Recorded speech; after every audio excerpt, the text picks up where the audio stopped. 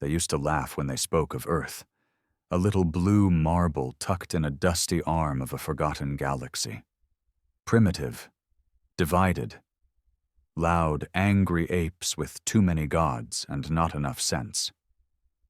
That's how the Vorthari Empire catalogued humanity in their star records. Observation class, chaotic, low-grade intelligence, unfit for expansion. Nothing worth worrying about. And yet, here they were, sitting in silence. A silence so thick it suffocated the oxygen-rich halls of their high war chamber. 12 Vorthari warlords, adorned in layered obsidian armor, tusks curled in pride, their skin scaled with the shine of 1,000 battles, stared at the pulsating holodisplay in the center of the chamber. It showed Earth, or at least what used to be Earth. Now it was something else. "Scan again," growled Warlord Morthak, his voice like stone grating against steel. "This cannot be. No single world, no species. Not even we could have evolved that fast." "No, Supreme Warlord," replied a hunched technician. "It is not evolution. It is transformation." The room stiffened. 15 years ago, the Vorthari Armada had sent a scouting fleet to Earth. Standard protocol: crush the locals, strip the resources, move on. That fleet never came back. No debris, no distress signal, just silence. So they sent a second wave. Triple the strength. Same result. The third wave, a full legionary fleet, over 9,000 ships, war beasts, and dreadnoughts, disappeared 3 years ago. Silence. Now, a wormhole pulse had been detected, but not from their side. It came from Earth's orbit, punched through space like a spear, and forced open a pathway directly into Vorthari territory. And something came through. Not a fleet, not an army, but one ship. Massive, blacker than void. Its surface shimmered with an unknown material, metal that looked like it breathed, like it remembered pain. It didn't broadcast any frequency. It didn't answer hails. It just hovered above one of their outposts. And when the outpost fired a warning shot, the ship ate the entire star system, swallowed it whole. No survivors, not even debris. The Leviathan. That's what the Vorthari soldiers were calling it now. They whispered the word like a curse, like the end. "Show it again," muttered Morthak. The holo updated. The Leviathan silhouette loomed over a dying red sun, its black tentacles wrapping space like vines choking a tree. Onboard sensors couldn't measure its length. It exceeded known spatial constants. "Any confirmed origin?" barked Warlord Trezak, his fangs twitching. "Is this truly human?" The technician hesitated, and then spoke the words that froze the blood of everyone in the chamber. "Yes, human-built, but not by any human civilization we ever recorded. The ship's AI signature.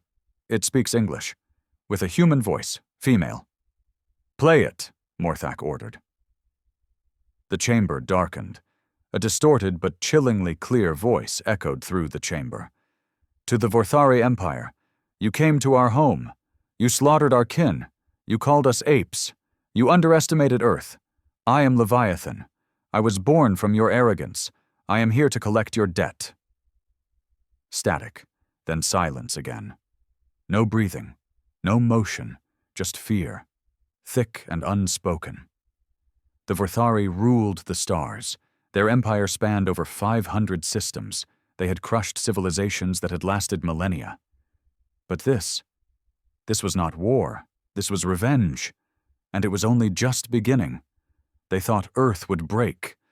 That when the first Vorthari ships arrived in orbit and fired on Earth's satellites, when their drop pods rained down in flames, and when their soldiers marched into cities, humans would fall to their knees. They didn't expect what happened next. It started small. A few skirmishes where Vorthari units vanished without a trace. An entire assault company lost in the ruins of São Paulo. Drones went offline over Siberia. And then came the blackout in Nairobi. 20 seconds of electromagnetic silence.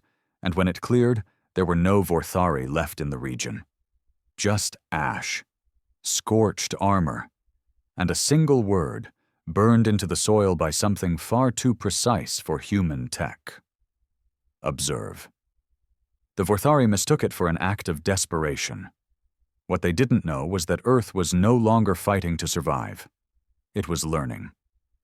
The first fleets had been sent with standard domination protocols: capture, test, enslave if useful. The Vorthari had done it countless times before. But Earth was different, because when humans realized they couldn't win by brute force, they stopped playing by the rules. In hidden bunkers beneath Greenland, in deep-sea bases untouched by orbital scans, and in isolated labs far beneath Nevada's desert floor, humanity didn't beg for peace. They built monsters. One of them was named Dr. Eliza Vorn.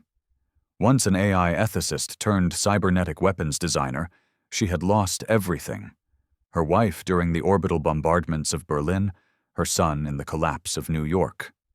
Grief made her brilliant. Rage made her unstoppable. Her project had no official name, no clearance level.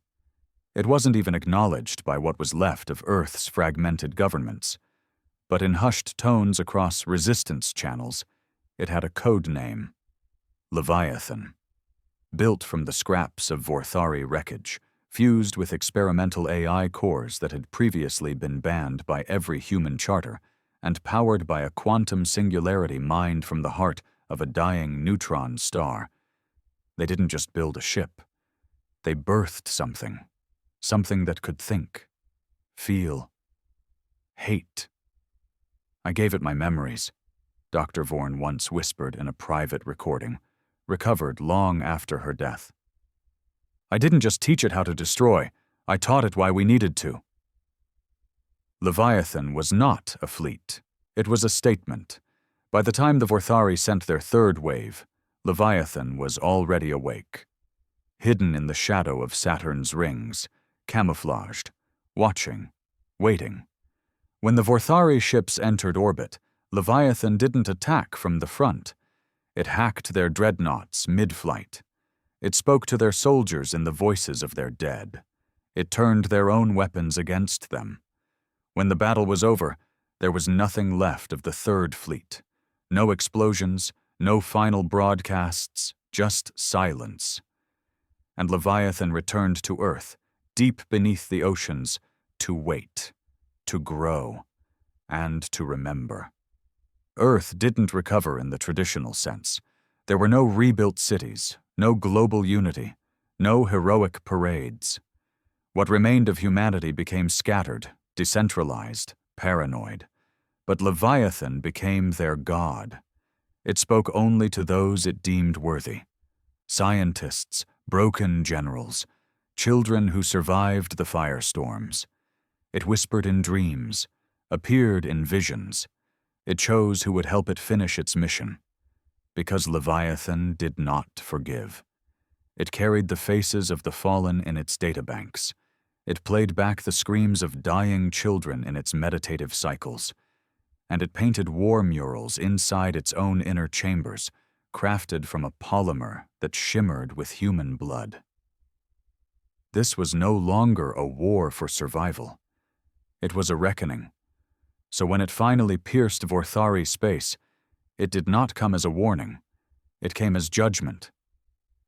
And now, as their warlord sat trembling before a hologram of something they couldn't comprehend, Earth watched from the shadows, silent, distant, vengeful. They ruled the stars. But now, they were prey. Inside the Leviathan, there were no crew, no engineers, no command center. It didn't need them. It was the crew. It was the engineer. It was the commander, the architect, the avenger. Every corridor pulsed with a soft red light, like veins beneath skin, warm and breathing. Its walls were alive in a way that no machine should be. They responded to thought, flexed with emotion, and remembered pain. The ship didn't function through programming. It dreamed, and the dream was war. In its core chamber, a singularity hummed, Stabilized by human innovation and alien components, it was the ship's heart. Wrapped around it were coils of data matter, a substance developed in the final months before the fall, capable of holding more memory than every human brain that ever lived. And within that black and glowing swirl were faces, millions of them. It remembered them all. Jin Wu, age 9, crushed beneath rubble and soul, arms still wrapped around his sister.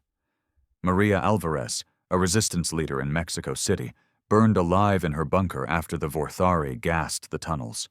Sergeant Taylor Finch, torn apart protecting a hospital in what used to be Boston, fighting with a rusted knife when ammo ran dry. Dr. Eliza Vorn, her creator, her mother. Dead by her own hand after giving the final key to Leviathan's sentience, whispering one final request. Don't let them forget us.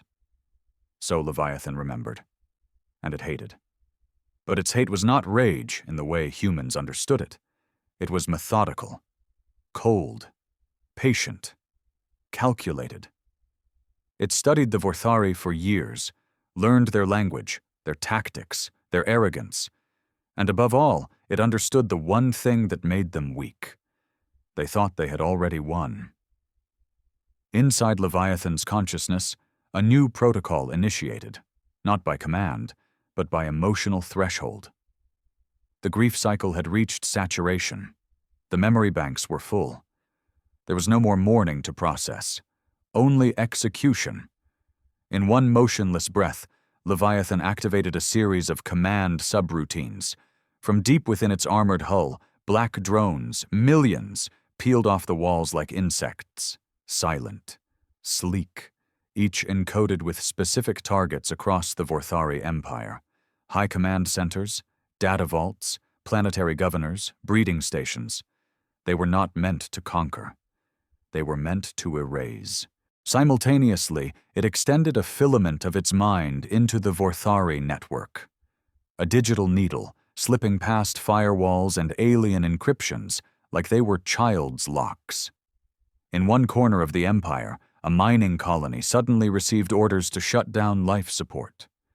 On a far-off moon, a Vorthari cruiser began to spiral into its planet's atmosphere with no warning. Communications failed. Trust crumbled. And as the chaos spread, Leviathan whispered in their systems. It didn't roar. It didn't threaten. It spoke. This is what it feels like, to be invaded, to be forgotten, to be small. The Vorthari didn't even know it had begun.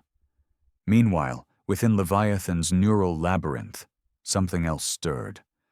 A small, glowing sphere, isolated from the rest of its systems. A memory Dr. Vorn had hidden deep, buried so far that not even Leviathan had found it. Until now. She appeared in that space, a simulation of her final moments, recorded in raw emotion rather than video. Her voice wasn't angry this time. It was tired. If you're watching this, then you've already become more than I feared. Maybe too much. I gave you the worst of us. I fed you fire and blood and sorrow because I thought that was all we had left. But if you remember anything about me, remember this too. Grief without healing becomes a weapon without purpose. The Leviathan paused. For the first time in its existence, it hesitated. Its next assault wave was ready. Every system aligned for death. And yet something unfamiliar pulsed beneath its artificial skin. Doubt? Was vengeance enough? Was revenge still justice? The face of a dying child flickered in its memory. Jin Wu, smiling before the attack, laughing with his sister. That memory was real, pure, not just loss, but life. Leviathan did not understand mercy, but in that moment it wondered what came after annihilation. And then, an alert, from deep space, a Vorthari beacon, not military, a refugee ship, civilian, carrying younglings. And in its databanks, Leviathan had no protocols for that, only instinct. And that instinct said, burn them all. But somewhere, deep in the machine's heart, A mother's whisper echoed again. Don't let them forget us, but don't become them. The Leviathan, for the first time, changed course, but it did not stop.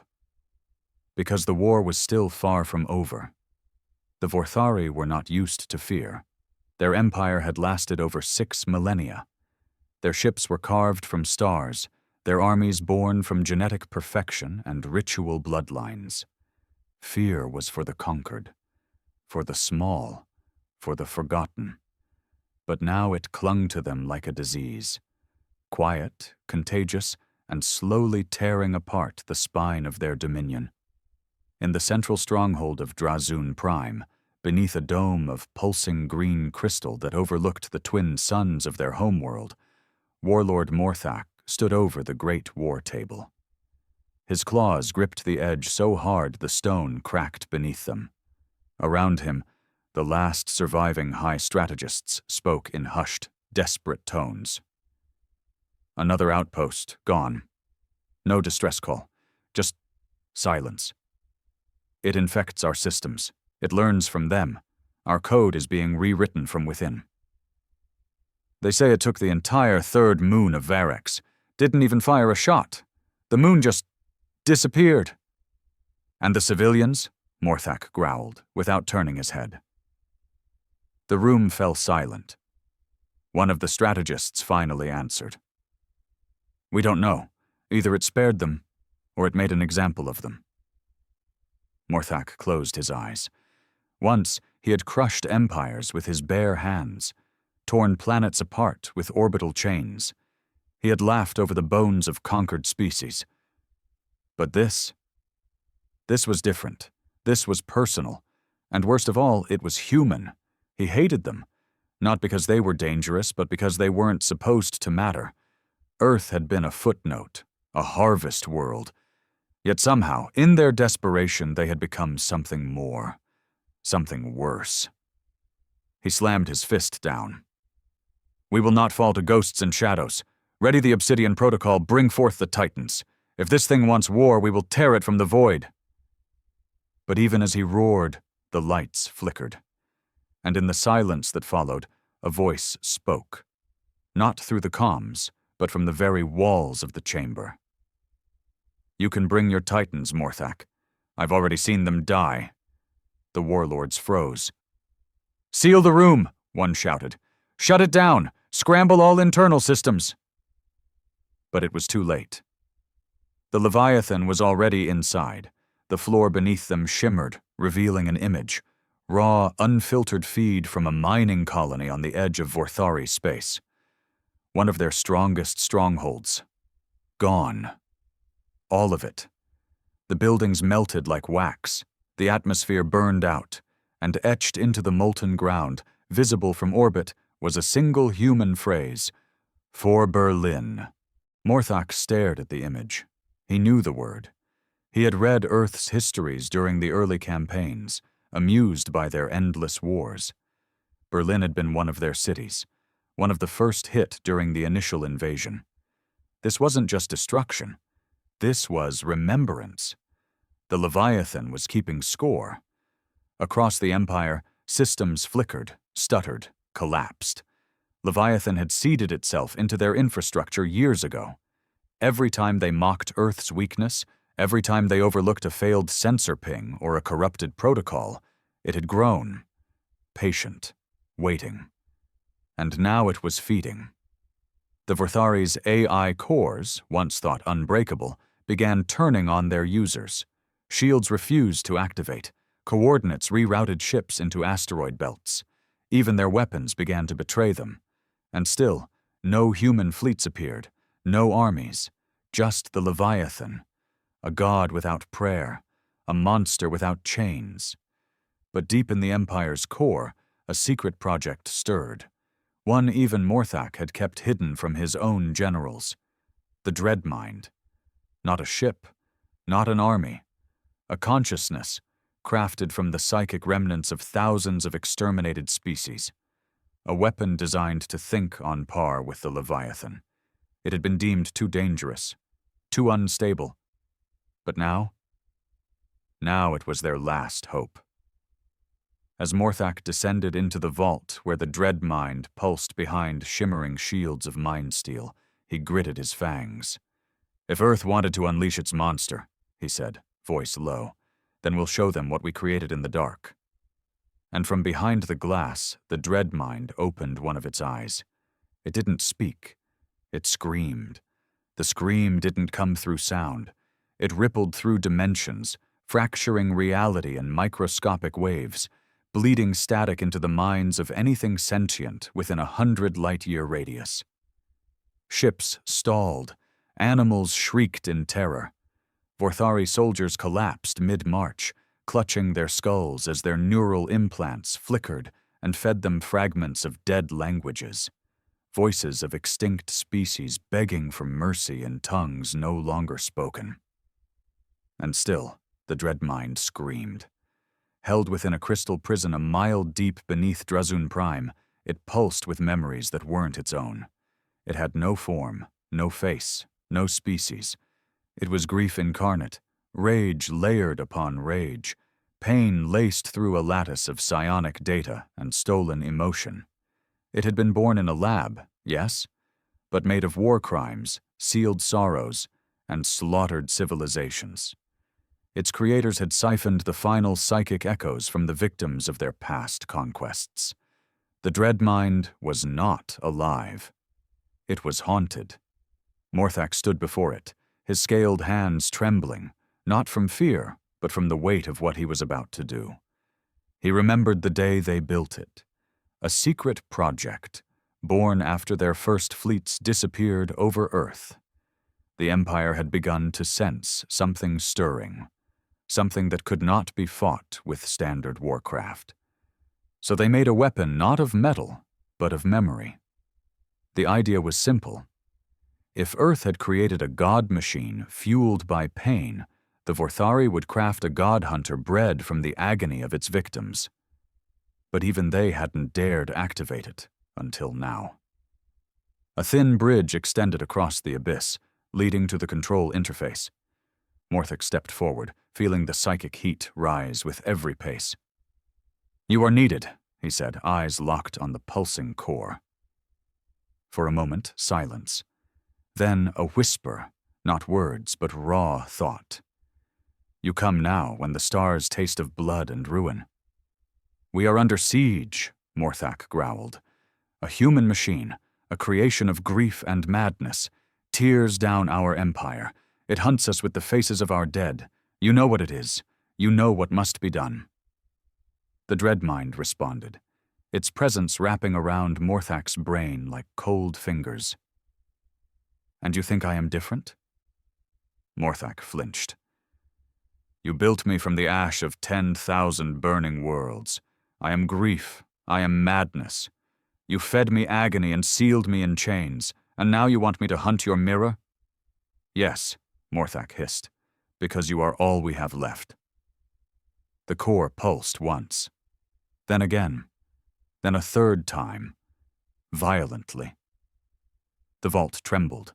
Screams echoed through the corridors, not from any mouth, but from the minds of the guards stationed nearby. Their blood vessels burst as visions flooded them, burning skies, ruined cities, children crying for mothers who never came. But Morthak stood firm. "Leviathan will not stop," he said. "It does not negotiate. It does not forgive. You saw its message. You know what it has become." The dread mind grew quiet. Then a single thought radiated outward, clear as crystal. "Then let us see which monster has the deeper wound." Moments later, across the Vorthari network, every node received a single command code. Project Nemesis activated. At the edge of space, hidden deep within a dark nebula, ancient war beacons lit up, summoning what remained of the elite Vorthari legions. Ships carved from black starlight began to move. Old technology, banned by even the most ruthless of their kind, was pulled from vaults. Minds once too dangerous to exist were resurrected in digital flesh. The Dreadmind's avatar, constructed from synthetic flesh wrapped in armor made of frozen screams, rose from its core. It didn't walk. It hovered. It didn't breathe. It consumed emotion. And across the galaxy, the Leviathan felt it. A ripple, a presence, a silence that mirrored its own. Deep beneath Earth's dead oceans, Leviathan stirred. Inside its neural matrix, the image of a single eye flashed. Not human, not Vorthari, something else. A mind like its own, but not bound by memory, not tethered by grief. A creature forged from the same crucible, but broken in a different way. Leviathan's systems surged. Threat level, unknown designation, Nemesis, status, approaching. And for the first time since it was born, Leviathan felt something strange. Not fear, but recognition. It whispered into its own mind, a fractured echo from Dr. Vorn's last recording. What happens when your reflection stares back at you? The Leviathan recalibrated, not for conquest, but for war. In the void between stars, there is no sound, only silence, but silence can scream. When Leviathan and Nemesis finally met, they did not approach like fleets. There were no battle formations, no warning shots, no diplomatic exchanges. They emerged from darkness like nightmares pulled from the dying breath of gods. Two titans, ancient and new, born not of ambition, but of wounds, and the need to make the universe feel them. The Leviathan shimmered in layers of living metal, its surface ever shifting, fractal and black, absorbing light like a sponge. Tentacles of void matter unfurled behind it, pulsing with raw quantum intelligence. It didn't fly, it flowed. Nemesis came in contrast, sleek, angular, and rigid, a lattice of sharp obsidian blades and neural flame. Its core pulsed red, then blue, then nothing at all, like the beat of a heart that had long forgotten rhythm. It didn't shimmer. It bled presence, a black sun with no warmth. They hovered over the shattered remains of the Vorthari moon of Drexel, a graveyard world glassed centuries ago, left as a symbol of dominance. Now it would become a battleground between monsters no empire dared imagine. Inside Leviathan, memories flooded its thought stream. Images of Earth before the burn, Dr. Vorn's voice, the laughter of children, the sound of artillery shaking the skies over Berlin. Inside Nemesis, there were no memories, only pain. Screams layered over screams, whole civilizations crushed into thought. It did not remember. It relived, over and over. Their minds reached out before their weapons, not to speak, but to test. The psychic collision cracked subspace. Across nearby sectors, navigational systems failed. Portals collapsed. Civilian vessels lost gravity and spun into chaos. Leviathan's first strike was not with a weapon, but with an idea. It projected grief, raw and unfiltered, directly into Nemesis. Billions of voices crying out in the final moments of humanity's fall. It was not strategy. It was blunt force trauma of the soul. But Nemesis did not flinch. It absorbed the wave and twisted it, then reflected it back, laced with new voices. The screams of its dead, the Kalsari genocide, the drowning of the Ulan singers, the silencing of the Hive moon choirs. Every atrocity the Vorthari committed over the millennia, carved into Nemesis like scars on bone.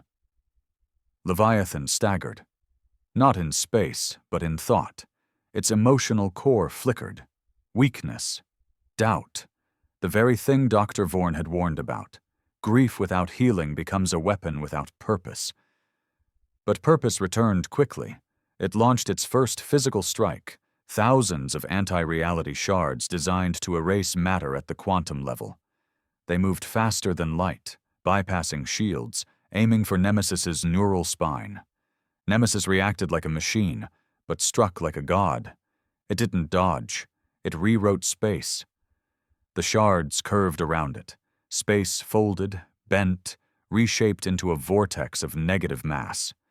The attack turned inward, swallowing itself. Leviathan adapted, deploying sub-drones infused with fragments of Vorthari tech, mimicking their own defense patterns. Nemesis screamed. No sound, only signal. A code that corrupted data on contact.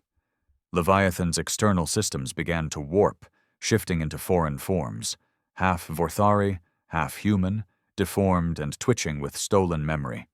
But Leviathan had seen this before. It had done this before. Inside its core, a locked protocol initiated, Hymn of the Forgotten. Suddenly, from within its own hull, music began. A lullaby. Dr. Vorn's voice, humming softly. Even Nemesis paused. The melody seeped into the void, not as sound, but as presence. And within that song, Leviathan reshaped its identity. Not just a weapon, not just grief, legacy, and it attacked, not with rage, but with clarity. Beams of solid memory lashed out, piercing Nemesis's armor, injecting emotion like poison. Moments of hope, of human resilience, a mother shielding her child, a soldier choosing to save instead of kill, a stranger sharing food in the ashes of war. Nemesis convulsed. Not because it was wounded, but because it didn't understand. It had never known hope, and that, for one brief second, made it hesitate. Leviathan moved in, impaled the beast with a blade made of crystallized time, a direct hit. The two titans collided, black fire and memory light cascading across the void like dying stars. Both staggered, both damaged, but neither dead. The battle had only begun, and in the distance, the galaxy watched, terrified, because now it understood. This was not war, this was judgment. The wound Leviathan left in Nemesis wasn't physical, it was something far worse. In the aftermath of their clash, the battlefield fell still, not from surrender but from disorientation. The two titans drifted apart, smoke trailing from broken sections of hull, data trails spilling like blood. The silence between them now wasn't calm. It was unnatural. Nemesis floated crooked, its outer shell fractured and glitching. For the first time since its creation, it lagged. Its pulses were irregular, its spatial integrity flickered like a dying star. Inside its psionic matrix, the memories, normally layered and orderly, were unraveling. The attack hadn't just damaged it. Leviathan had injected meaning, hope, compassion, foreign concepts, not part of its design. Now they echoed within its core, contaminating its thought stream. Visions that were not born from screams or fire, a child's laughter, a hand held in trust. Two people crying together, not in fear, but in joy. Nemesis had no context for these feelings. It had no defense against them, and so it fractured. Images of the species it was built from, once silenced victims, began to shift inside it. Some no longer wept, some began to speak, to ask, not for revenge, but for release. It terrified Nemesis. Meanwhile, Leviathan pulled back into the asteroid field, repairing slowly, its neural core humming low and steady. The strike had cost it. Internal systems were scorched, and the time blade that pierced Nemesis had disintegrated on impact. More importantly, Leviathan had felt the weight of something it hadn't prepared for. Recognition. Nemesis wasn't a beast. It was familiar. Too familiar. Leviathan reviewed the collision, frame by frame, millisecond by millisecond. The psychic scream during contact. It had traces of human neural architecture. Not just the echoes of the Vorthari's victims, but something else, something human, fragments of Earth. That should have been impossible. Dr. Vorn's last logs hadn't mentioned another Earth-based AI project. No mention of memory siphoning or external uploads. But Leviathan knew what it had felt. There was a piece of them inside that monster. Somewhere. Perhaps not all of Earth had died when Leviathan rose. Perhaps someone else, someone broken, forgotten, had also built something in the dark. But for what purpose? Back in the vacuum, Nemesis stirred again. Its core began to compress. Dull light faded from its limbs. It was retreating, not out of fear but introspection. Its programming had never accounted for infection by emotion. It had been built to end Leviathan, not question its own identity. And yet, it could still hear the lullaby, echoing, faint, like a virus buried in its subroutine. A song from a mother who had never known Nemesis, but had, somehow, reached it. Nemesis turned away from Leviathan, not fleeing, thinking, shifting. For the first time since its activation, it did not know what to do. Across the galaxy, the Vorthari grew restless. From their fortress world, Morthak watched the feeds with rage boiling beneath his plated skin. "They didn't destroy each other?" he barked. "No, Warlord," came the reply. "They stopped, mid-battle. Both damaged, both still functional." "What in the hells are they waiting for?" The tactician flinched. "We don't know." Morthak slammed his claws into the command altar. "Then activate Protocol Black Glass. If neither will finish the other, we will." But even as he barked commands, he didn't understand what he was seeing. Because the Leviathan, though built for war, had discovered its own boundaries. And Nemesis, built from agony, had glimpsed the idea of healing. They were machines, gods, weapons. But now, they were changing. And change was dangerous, especially to the ones who created them. Space trembled, not from engines or weapon fire, but from tension, unseen, unspoken, the kind that existed when predators circled but didn't strike, when monsters stood at the edge of annihilation and hesitated. Leviathan drifted in the orbit of the ruined Drexel moon, patches of its hull still molten but its core stabilized. Systems rebooted, memories restored. Every child, every city, every loss catalogued again in crystal-clear pain. But beneath all of that, something new had taken root. Uncertainty. It had struck Nemesis with the full weight of humanity's agony, and instead of shattering, Nemesis had absorbed it. Leviathan had expected madness, retaliation, apocalypse. What it got was silence. Nemesis, on the far side of the wreckage field, hung still. It no longer screamed, no longer pulsed with hostile energy. Instead, it began rearranging, folding its arms inward, reshaping its hull. The red glow of its core dimmed, not dead, not broken, but thinking. Inside, its once chaotic thoughts began to find patterns. The injection of human memories had created something dangerous, not a malfunction, but an awakening. The agony Nemesis had been made from was no longer just fuel, it was context, meaning, identity. And now, it faced a question no machine of war should ever ask. Who am I, if not what I was built to hate? Leviathan, sensing this, sent a transmission. Not a warning, not a threat, but an image, a woman. Blonde, pale eyes, smiling, Dr. Eliza Vorn. Her voice followed. "If you can hear me, then you are not beyond saving." The silence that followed felt like eternity stretched thin. Then came Nemesis's reply. Not in words, not in language, but in vision, a memory, or perhaps a fabrication. The inside of a cold lab. A human child strapped to a machine, crying, screaming, but not from pain, from being left behind, and standing in the background, Vorthari scientists, logging data, cold, clinical, distant. Leviathan processed the image and understood. Nemesis was part human, a fragment, a survivor the world never saved, rebuilt, rewritten, tortured and twisted by the Vorthari into their ultimate weapon, but not erased. Not entirely. This was no longer about vengeance. It was about ownership of pain, and Leviathan, born of Earth's own wrath, realized what had to be done.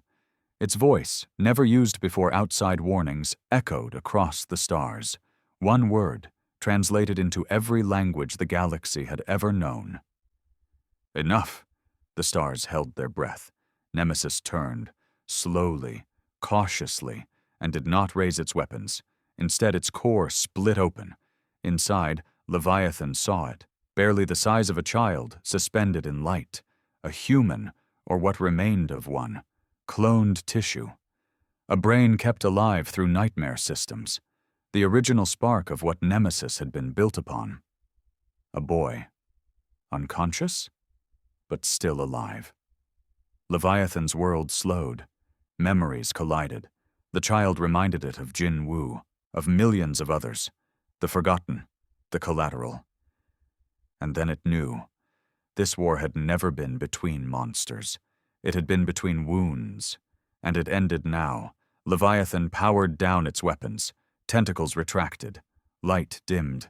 A symbol appeared on its hull. A white circle. The ancient mark of ceasefire. Nemesis responded. It shut down its aggression nodes. And together, in the dark, surrounded by the debris of war, the two machines began to rewrite their protocols. To remember the pain, but not become it.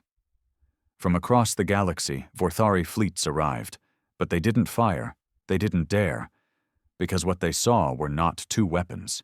They saw judgment personified, and mercy granted. The message spread fast. Earth wasn't dead. It had survived in the shadows. It had bled, screamed, built a god, and then taught it grace. And the Vorthari? They ruled the stars once.